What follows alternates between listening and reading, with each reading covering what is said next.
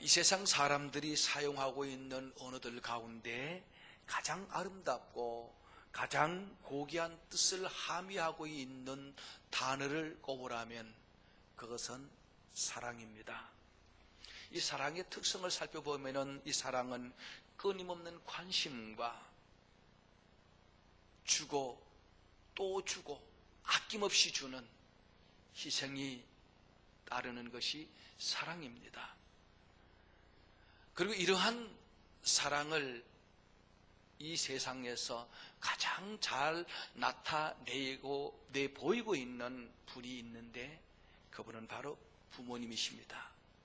부모님은 안주나 서나 자나 깨나 오직 자식 생각뿐이고 일평생 자식을 위하여 희생하며 주고 또 주어도 다 주지 못해서 안타깝고 아무리 주어도 아깝지가 않고 더 주고 싶은 것이 부모님의 마음입니다. 그러므로 부모의 다른 이름은 사랑입니다. 그러나 이 부모님의 사랑보다 더 숭고한 사랑을 가지신 분이 있는데 그분은 바로 하나님이십니다.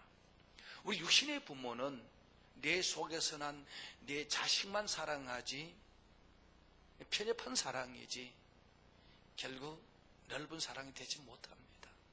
그러나 우리 하나님의 사랑은 어떤 사랑입니까? 당신을 배반하고 끊임없이 반역하는 온 인류를 아우르는 사랑, 원수된 자를 위하여 독생하신 예수를 아낌없이 화목제물 내주신 사랑, 이보다 더 크고 이보다 더 숭고한 사랑은 그 어디서도 찾아볼 수가 없습니다. 그 사도 요한은 이 하나님의 크신 사랑을 이렇게 정언하고 있습니다. 요한일서 4장 9절 10절 말씀에 보면은 하나님의 사랑이 우리에게 이렇게 나타난 바 되었으니 하나님이 자기의 독생자를 세상에 보내시면 그로 말미암아 우리를 살리려 하심이라. 하나님의 사랑은 여기 있으니 우리가 하나님을 사랑한 것이 아니요 하나님이 우리를 사랑하사 우리 죄를 속하기 위하여 화목제물로 그 아들을 보내셨음이니라. 우리가 하나님을 사랑한 것이 아닌데 우리는 하나님을 끊임없이 반역했는데 불순종했는데 하나님은 우리를 사랑하셔서 우리들을 죄와 사망에서 구원하시기 위하여 독생자를 세상에 보내셨고 그 예수께서 우리 모든 죄를 대신 짊어지시고 형벌 받으심으로 우리를 살리게 하신 이 사랑, 이보다 더 크고 이보다 더 숭고한 사랑이 어디에 있겠습니까? 저는 바로 이 사랑 앞에 무릎을 꿇었습니다. 저는 과거에 예수를 믿지 아니할 때 예수님을 욕하고 교회를 비난했고 교회 잘 다니는 내 동생을 핍박했던 사람이었는데 그런 나 같은 죄인 살리시려고 하나님이 그 아들을 보내시고 그 아들을 내 대신 죽게 하셨는데 그 사랑을 알지 못해서 끊임없이 불순종하며 죄악 가운데 살아가는 이 나를 주께서 구원하시려고 부르시기 위하여 잠시 동안 내 몸에 육신의 질병을 주시고 그 질병을 통해서 하나님께 돌아와서 주님을 믿고 죄 사함 받고 병 고침 받고 만 가지 은혜를 주신 이 놀라운 사랑 앞에 저는 무릎을 꿇었습니다. 하나님, 내가 무엇이 간데 나 같은 죄인 살리시려고 독생하신 예수님을 화목제물로 보내주셨습니까? 왜 주님께서 나 같은 죄인 살려주셨습니까? 얼마나 울었는지 모릅니다. 통곡하며 울었습니다. 하나님의 그 놀라운 사랑이 제 영혼을 감싸오는데 그 사랑을 가눌 길이 없었어요. 그리고 저는 그 사랑 앞에 굴복하고 하나님 앞에 서원했습니다. 하나님, 이제 나는 주님을 위해서 살겠습니다. 내가 지금 사는 것이 주님의 은혜니 앞으로 남은 삶 주를 위해서 살겠습니다. 그때부터 저는 하나님의 섬기는 일에 앞장섰고 교회에 충성하며 기도로 주를 섬기는 가운데 또 이렇게 주의 종으로 부르심 받고 오늘 이렇게 주님을 섬기며 주의 교회를 섬기며 주의 말씀을 수종도는 이 귀한 또 성직을 제가 맡았습니다. 근데 하나님의 사랑은 여기서 머물지 않습니다. 하나님은 우리를 살리셨을 뿐만 아니라 우리들을 하나님의 자녀로 삼아주셨어요. 요한복음 1장 12절에 보니까 영접하는 자 곧 그 이름을 믿는 자들에게는 하나님의 자녀가 되는 권세를 주셨다 그랬어요. 여러분, 하나님의 자녀가 되었다는 것은 그분의 모든 것을 누릴 수 있는 축복을 받았다는 겁니다. 장차 우리가 세상 떠나는 날 주님 계신 저 천국을 유업으로 상속받아서 주님과 함께 영원히 살 수 있다고 성경은 가르쳐주고 있습니다. 뿐만 아니라 우리는 이 하나님의 크고 놀라운 은혜와 사랑을 받고 살면서도 여전히 주님을 기쁘시게 드리지 못하고 늘 불순종합니다. 끊임없이 반역합니다.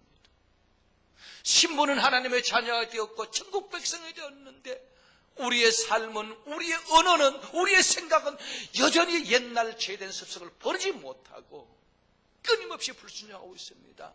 그런데 요한복음 13장 1절에 보니까 그런 우리들 하나님은 끝까지 사랑하신대요. 싫어버리지 않으신대요. 사람들은 조금 사귀다가 마음에 내키지 아니하면은 돌아서잖아요. 싫어버리잖아요. 실망했다고 돌아서잖아요. 그런데 하나님 우리 아버지는 비록 부족하지만 넘어지지만 결코 버리지 않고 끝까지 붙드시고 사랑하시고 천국까지 인도하신 이 사랑, 이 얼마나 놀라운 사랑입니까? 뿐만 아니라 우리가 이 세상 사는 동안에도 하나님은 하나님의 자녀답게 온갖 좋은 것으로 풍성하게 누리기를 원하신다고 성경이 가르쳐주고 있습니다. 요한복음 10장 10절 말씀 보면 예수께서 이렇게 말씀하십니다. 인자가 온 것은 양으로 생명을 얻고 더 풍성히 얻게 하려 하심이라. 또 로마서 8장 32절에 보면은 사도 바울이 정언하기를 자기 아들을 아끼지 아니하시고 우리 모든 사람을 위하여 내어주신 이가 어찌 그 아들과 함께 모든 것을 우리에게 주시지 아니하겠느냐. 하나님이 자기 아들을 내어주시고 모든 것을 내어주셨는데 그 아들을 우리를 위하여 내어주신 그 하나님이 어찌 그 아들과 함께 모든 것을 내어주시지 않겠느냐. 사랑하는 딸을 시집 보낼 때에 잘 키워서 남의 집에 보내는 그 부모님 마음 얼마나 안타깝겠습니까? 그 딸을 남의 집에 시집 보낸다는 것은 참 보통 일이 아닙니다. 그런데요, 그 부모는 딸만 시집 보내는 것이 아니고 할 수만 있다면 그 딸과 함께 더 많은 것을 보내기를 원하는 것이, 없어서 못하지 있으면 더 주고 싶은 것이 부모의 사랑 아닙니까? 우리 하나님 아버지도 자기 아들을 우리를 대신하여 십자가에 제물로 주신 그 크신 사랑으로 우리에게 더 많은 것을, 더 풍족한 것을 누리게 하기를 원하신다고 성경이 가르쳐주고 있습니다. 그런데 하나님께서 우리에게 만 가지 은혜와 복을 누리게 하시되 그냥 누리게 하시는 것이 아니고 위로부터 하나님의 복이 오는 통로가 있다 그랬어요. 그 통로란 첫째는 믿음이라 그랬습니다.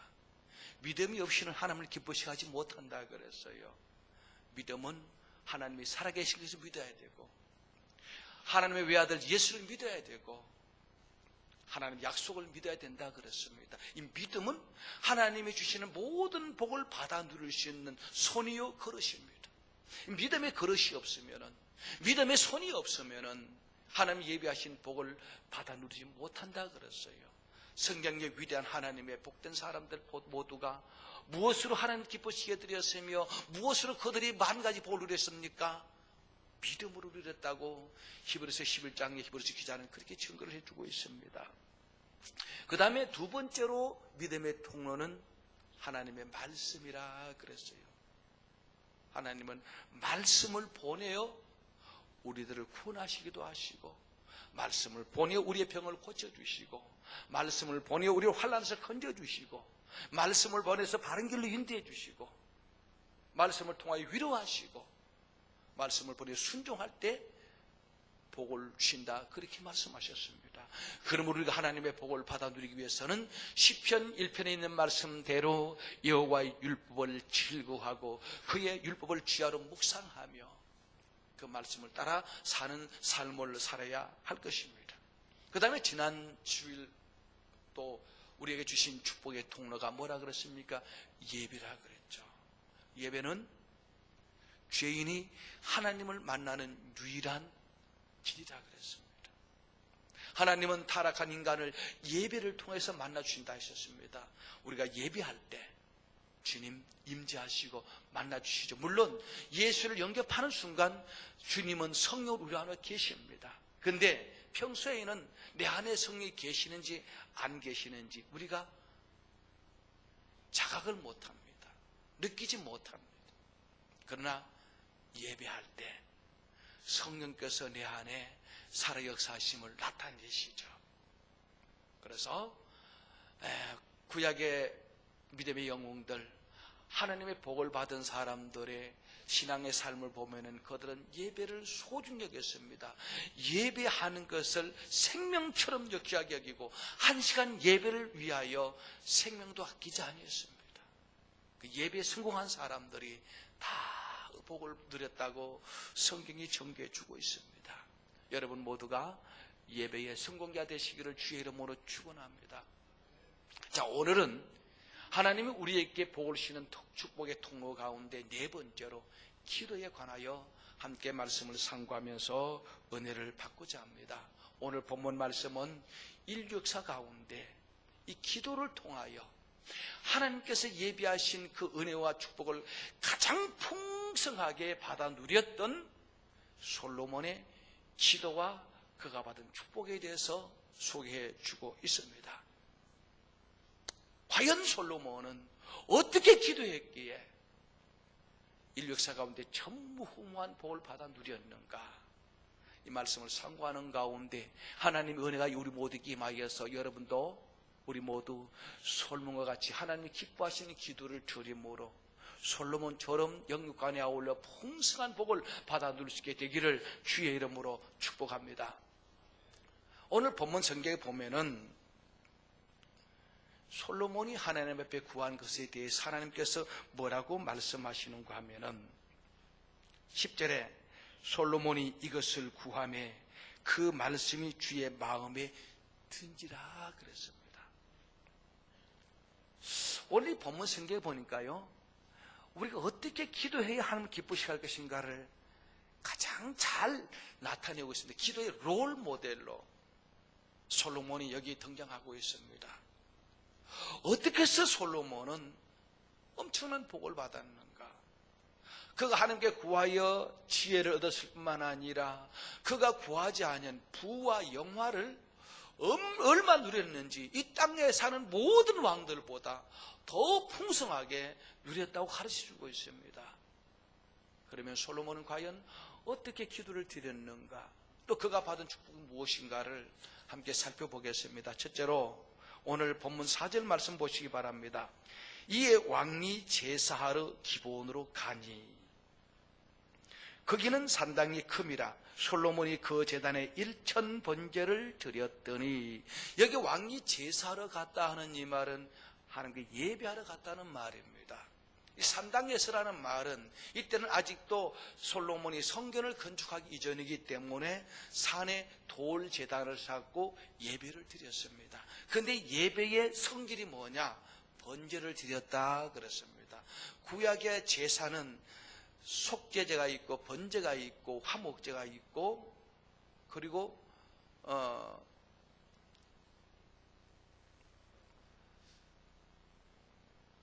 4대 제사가 있는데 속죄, 번제, 화목제, 조속으로 드리는 속건제, 이런 제사가 있는데 이 번제는 자신을 하나님 앞에 헌신한다는 의미를 가지고 있습니다. 번제는 제물을 잡아서 제단에 고기를 각을 떼서 올리고 불을 지펴서 그 불로 제물을 태우면은 그 태울 때 향기가 하나님 앞에 올라가는 이런 제사가 번제인데, 이 번제를 드린다는 말은 나 자신을 이제 하나님을 위해 살겠다고 산 제물로 드리는 헌신의 제사가 이 번제입니다. 이 본문에 보니까 솔로몬이 기도하러 갔다 안 그러고 제사하러 갔다 번제를 드렸다라고 그렇게 말하고 있습니다. 이것은 무엇을 가리키는가 하면, 솔로몬에게 있어서는 기도는 단순한 자신의 필요한 것을 청구하는 그 청구의 조건이 아니고, 기도하는 그 시간, 하나님 앞에 자신을 산 제물로 드리는 바로 예배 시간이었음을 우리에게 가르쳐 주고 있습니다. 우리는 어떤 마음으로 기도합니까? 뭐 달라고, 필요하면 뭐 달라고, 하나님 주십시오 성의 없이 기도하죠. 물론 하나님 우리 아버지는 우리의 작은 신음에도 응답하신다고 그러세요. 저는 참 많은 은혜를 받았는데, 어떤 때는요, 내가 꼭 필요한 것이 있는데, 급한 것이 있는데, 길을 가다가 번뜩 생각이 나서 하나님 이거 필요한데요 그러면은 그 다음날 어떤 방법으로든지 하나님 그거 주셨어요. 작은 신음에도 응답하시는 하나님인데, 그러나 평소에 그렇게 되려면은 우리가 주님 앞에 기도하기를 생활해야 되고, 기도하는 그 한 시간 내 자신을 주님 앞에 거룩한 산 제물로 드리는 바로 제사가 되어야 된다는 것입니다. 하나님이 가장 기뻐하시는 제사는 자신을 하나님께 제물로 드리는 거예요. 다니엘이 바벨론 포로로 끌려가서 참 만 가지 복을 받습니다. 포로민인데 그는 국무총리가 되고, 나라가 망하고 새로운 나라가 들어서 새로운 왕이 들어서도 이 다니엘은 계속해서 총리의 자리를 누립니다. 그 이유는 솔로몬이 포로를 끌려가면서 그가 마음에 작심을 하죠. 나는 이제 주님 앞에 내 자신을 제물로 드리겠습니다. 그 제물로 드리는 표로 하루 3번씩 시간을 정해놓고 주님 앞에 기도합니다. 이 다니엘에게 있어서는 하루 3번 기도하는 그 시간이 자신을 하나님 앞에 거룩한 산 제물로 드리는 번제의 시간이었습니다. 그러니 하나님은 다니엘을 기뻐하셨죠. 다니엘에게 지혜를 주시고 그 지혜 하나를 가지고 모든 권력과 부를 누리게 하셨습니다. 여러분, 주님 앞에 이 공식적인 예배도 잘 드려야 됩니다만, 적어도 기도하는 그 시간은 나 자신을 거룩하신 산 제물을 드리는, 번제를 드리는 그런 아름다운 헌신이 있어지기를 주의 이름으로 축원합니다. 그 다음에 솔로몬은 자신의 소원을 아뢰기 전에 주께서 지금까지 베푸신 은혜를 감사를 드립니다. 자, 솔로몬이 1000번제를 드렸다 그랬죠. 1000번제는 1000마리의 송아지를 잡아서 제단에 계속해서 제물로 바치는 겁니다. 근데 마지막 1000번제를 드리는 마지막 밤에 하나님이 꿈에 이 솔로몬에게 나타나셨어요. 나타나셔서 솔로몬에게 묻습니다. 솔로몬아, 내가 너에게 무엇을 줄꼬? 아마 여러분 무엇을 줄꼬라고 했다면 당장 주여 뭐 주십시오라고 했겠죠. 그런데 솔로몬은 그렇지 않았습니다. 솔로몬은 내가 무엇을 줄꼬 그럴 때 그는 먼저 하나님께 감사를 드립니다. 자, 주신 본문 말씀 6절 보시기 바랍니다. 5절부터 먼저 보니까 기브온에서 밤에 여호와께서 솔로몬의 꿈에 나타나시니라. 하나님이 이르시되 내가 내게 무엇을 줄꼬 너는 구하라. 솔로몬이 이르되 주의 종 내 아버지 다윗이 성실과 공의와 정직한 마음으로 주와 함께 주 앞에서 행함으로 주께서 그에게 큰 은혜를 베푸셨고, 주께서 또 그를 위하여 이 큰 은혜를 항상 주사 오늘같이 그의 자리에 앉을 아들을 그에게 주셨나이다. 하나님, 내 아버지 다윗을 사랑하시고 축복하신 것 감사합니다. 평생토록 내 아버지 다윗과 함께 하신 걸 감사드리고, 그 다윗의 뒤를 이어서 이 부족한 아들을 또 왕위에 올려가신 감사합니다. 지금 소원을 가지고 기도할 때 너 무엇을 굵고 하면은 나 이거 주십시오라고 해야 될 텐데, 이 솔로몬 뭐 했다고요? 주께서 베푸신 그 은혜를 감사드립니다. 지금까지 지내온 그 주의 크신 은혜라. 지금까지 베푸신 은혜를 감사드리며 하나님 영광을 돌리는 이 솔로몬의 신앙을 우리는 본받아야 될 것 같습니다. 지금 당장 은혜를 받아도 감사할 줄 모르는 우리 인간 아닙니까? 감사는요, 또 다른 축복의 통로입니다. 하나님은 감사하는 자에게 더 풍성한 은혜를 주신다고 말씀해 주고 있습니다. 이스라엘의 그 탈무드에 보면은 하나님께서 천사 둘을 땅에 보내십니다. 한 천사에게는 바구니를 들려 보내면서 너는 내려가서 성도들이 기도하는 소원을 담아오너라 그랬고, 또 한 천사에게는 성도들이 감사하는 것을 받아 담아오라 그랬는데, 오랫동안 천사들이 세상을 두루 다니다가 올라왔는데 소원을 담아오라고 명령받은 천사의 바구니는 가득 찼습니다. 얼마나 사람들이 소원을 많이 하려는지. 그런데 감사를 담아오라고 보낸 천사의 바구니는 빈 바구니였습니다. 달라는 사람 많은데 감사할 줄 모르더라는 것이죠. 솔로몬은 하나님 앞에 불타는 소원 가지고 기도하면서 무엇 줄고, 아이고 이제 응답하시는 거야. 예, 이거 주십시오. 그럴 텐데, 주여, 내가 지금까지 받은 일 너무 감사한데요. 근데 이런 모습이 하나님 마음에 쏙 들었다 이 말입니다. 뿐만 아니라 솔로몬은 참 겸손한 사람이었습니다. 그는 이스라엘 왕입니다. 절대 권력을 가진 사람입니다. 그런데 솔로몬이 하나님 앞에 또 뭐라고 고백하는가 하면은 7절 8절 말씀 보시기 바랍니다.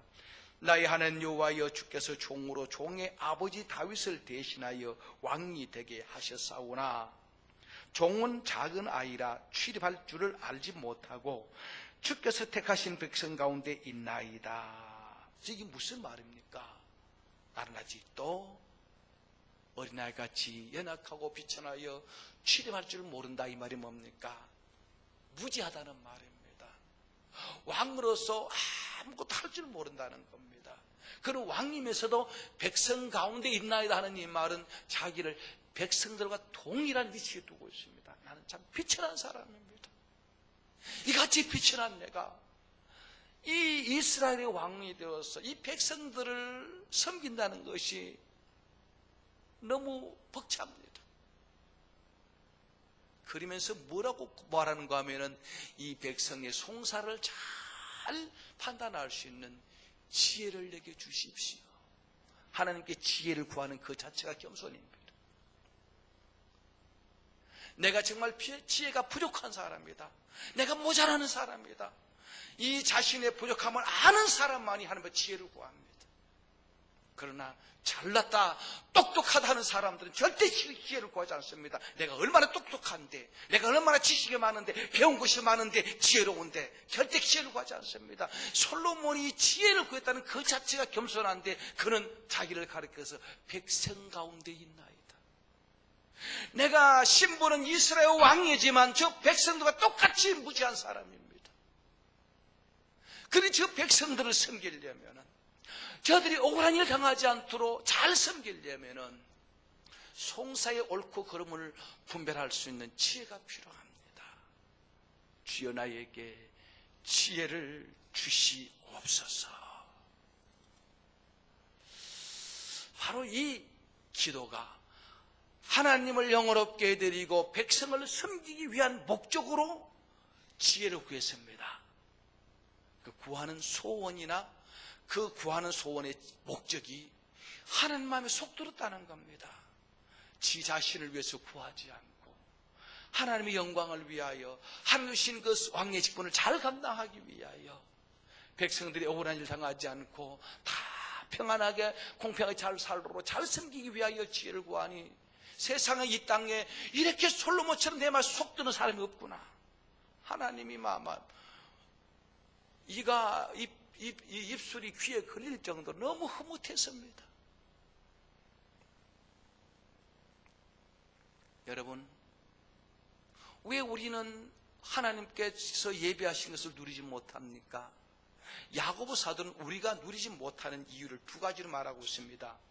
야고보서 4장 2절 3절에 보니까 우리가 얻지 못하면 구하지 아니하며, 우리가 하나님이 예비하신 그 복을 누리지 못하는 첫 번째 이유는 구하지 않기 때문이고, 그 다음에 구하여도 받지 못하면 정욕으로 쓰려고 잘못 구합니다.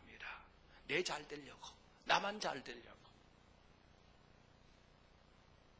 이기적인 욕심 가지고 구하니까 오히려 그런 사람에게 응답해 주면은 교만해서 넘어질까봐. 이스라엘 백성들은 하나님께 복을 주면 등을 돌리더라고요. 힘들고 그러면은 주여 주여 살려주세요, 도와주세요라고 하다가 복을 주면은 나여 하고 돌아서서 지 맘대로 살더라. 그러니 우리 마음을 너무나 잘하신 하나님께서 너 지금 이거 응답하면 너 교만해서 날 배반할 건데 그래서 안 준대요. 야고보 사도 그렇게 증언하고 있습니다.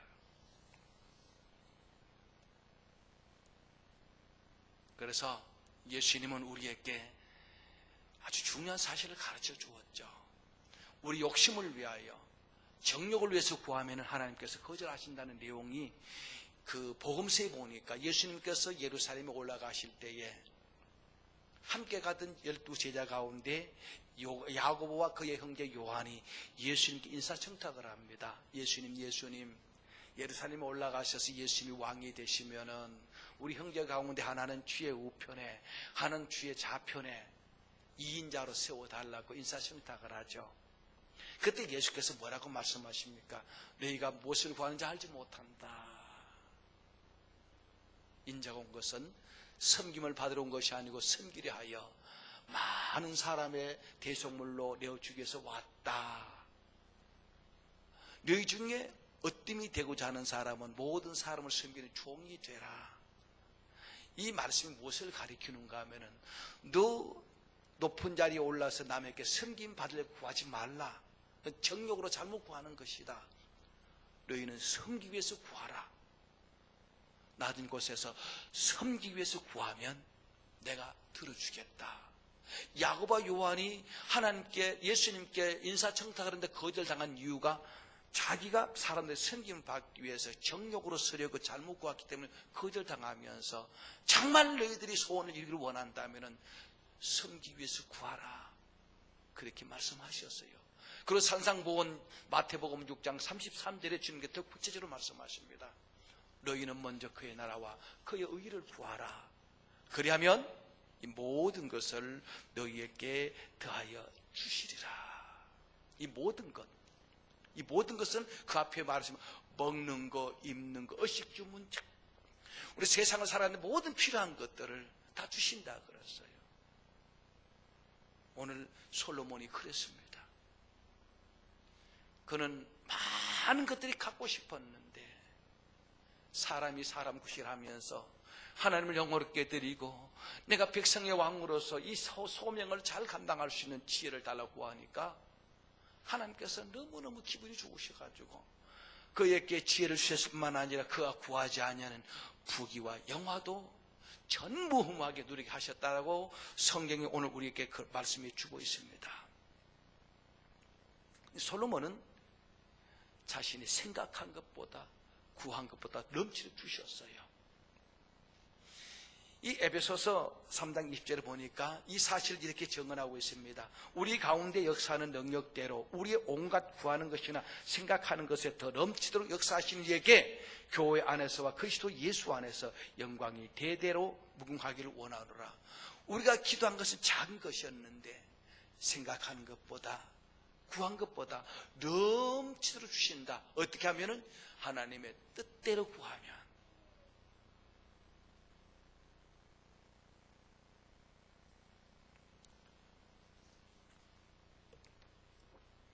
자, 솔로몬이 다른 것 안 구했습니다.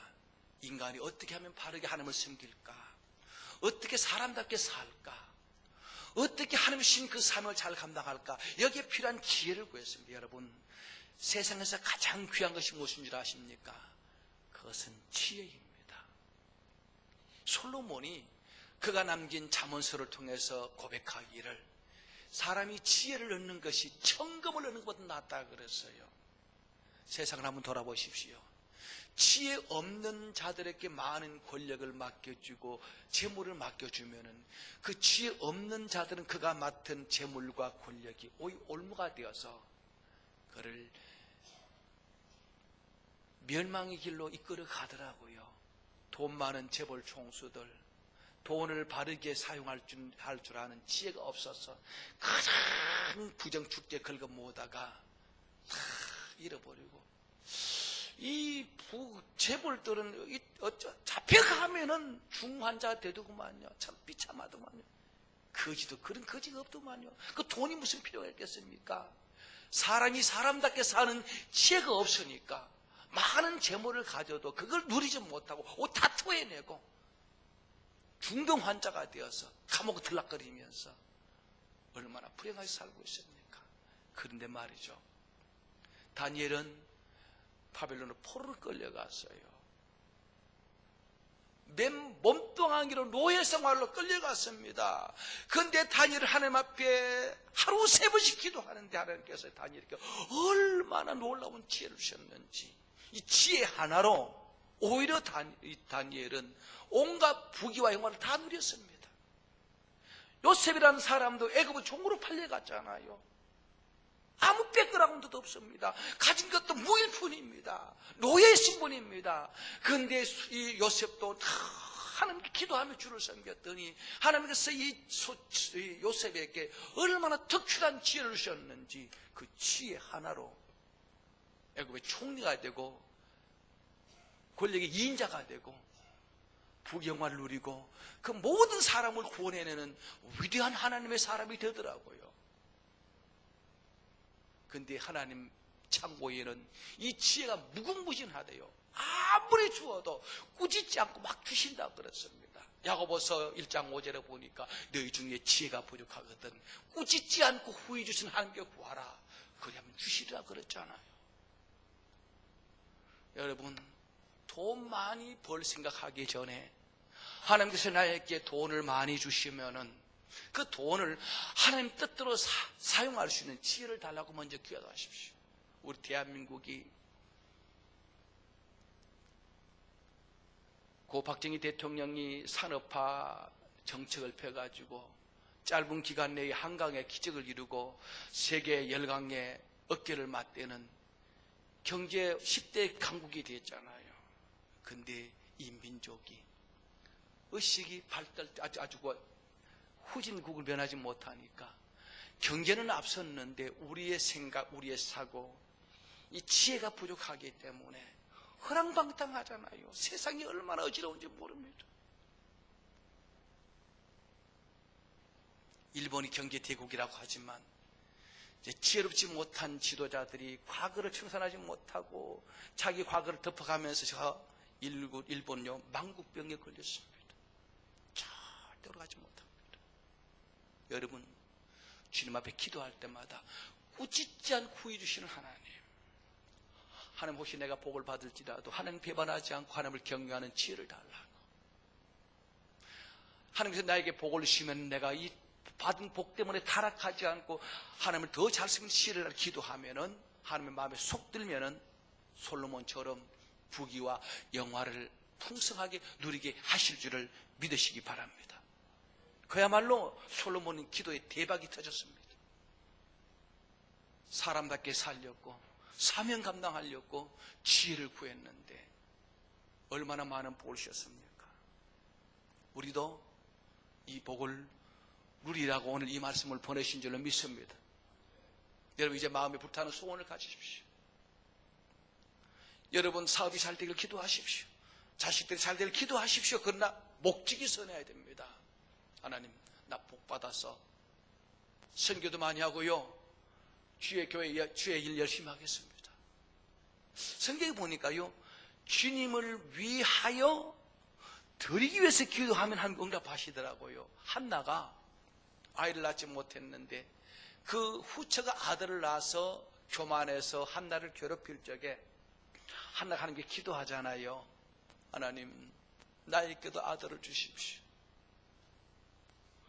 근데 하나님 응답이 없습니다. 하나님 왜 응답이 없습니까? 하나님의 마음에 맞는 기도를 하라고, 하나님과 사이클을 맞추라고 계속 거절하십니다. 오랫동안 기도하다가 점점 하나님과 사이클이 맞아갑니다. 어느 날 한나가 이렇게 고백합니다. 하나님, 나에게 아들 주시면 그 아들 주의 종으로 주께 바치겠습니다.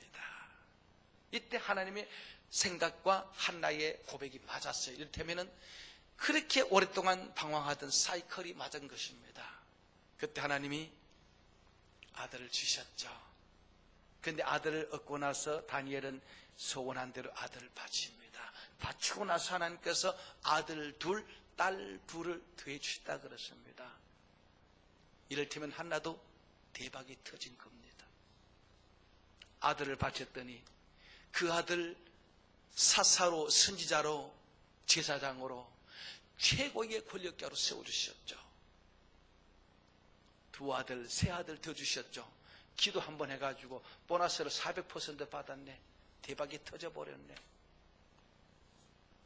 성경이 이렇게 말합니다. 고린도후서 9장 10절에 심는 자에게는 씨와 먹을 양식을 주시는지가 너희 심을 것을 주사 풍성하게 하시고 너희 의의 열매를 더하게 하시는. 여기 보면은 주님 앞에 드리고 싶어서 구하는 자는 드릴 것을 주신다 그랬어요. 그런데 많은 성도들이 주님 뭐 주시면 드리겠습니다 라고 했는데 주면은 그거 내가 먼저 먹어버립니다. 이게 문제인 거예요. 이거 급하니까 내가 먼저 쓰고, 하나님 다음 주시면은 그때 드리겠습니다. 하나님 두부속기 한 문속기 두 번 안 속습니다. 주니까 딱 까먹어버리는데, 너는 아직도 멀었다.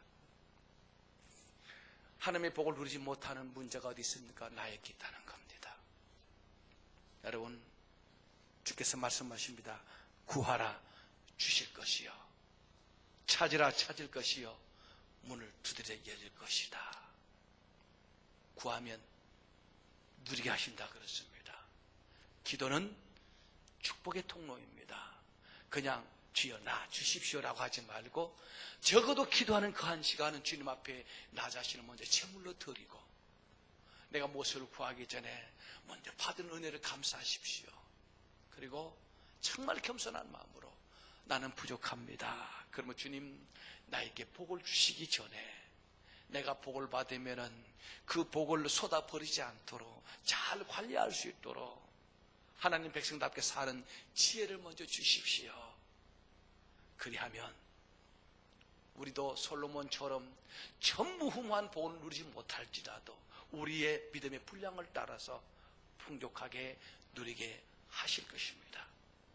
이 귀한 은혜와 축복이 우리 모두에게 넘치도록 임하기를 주의 이름으로 축원합니다.